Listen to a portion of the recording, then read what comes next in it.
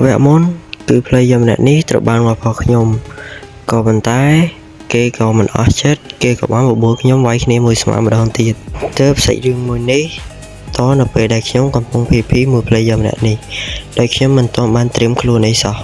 គឺ player ម្នាក់នេះឥឡូវបែរជាខ្លាំងជាងមុនគឺមិនដូចពីមុននោះទេ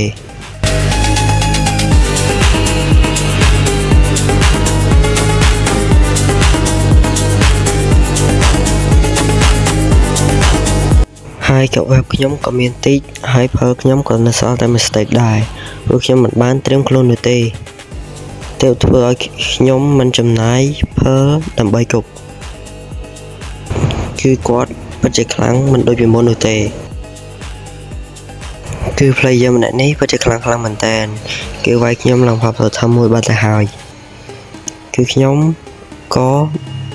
មិនអស់ចិត្តដែរខ្ញុំក៏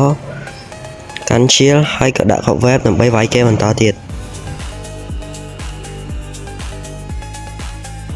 ដំបូងខ្ញុំរៀងបែកដែរក៏ប៉ុន្តែខ្ញុំដឹងមុនថាខ្ញុំវាយមិនឈ្នះគេទើបខ្ញុំលែងភ័យវិញខ្ញុំបានបដូរយកអញឆាចនិងម៉េះដើម្បីវាយជាមួយគេវិញប៉ុន្តែវាយឆាតរបស់ខ្ញុំគប់មិនខ្ពស់នោះទេខ្ញុំមិនដឹងមកពីអ្វីនោះទេទើបធ្វើឲ្យខ្ញុំមិនសូវចូលចិត្តលេងម៉េះទៅវិញខ្ញុំបានវាយគាត់ឡើងយូរឡើងអស់អ្វីពីខ្លួនលេងខ្ញុំបានវាយគាត់ច្រើនដែរក៏ប៉ុន្តែអាម៉ករបស់គាត់ប្រតិតាមខ្លាំងមែនតើគេមិនទាន់បែកទេហើយកន្លែងនេះខ្ញុំបាយវាយគាត់ឡើងផប់ទៅធំមួយ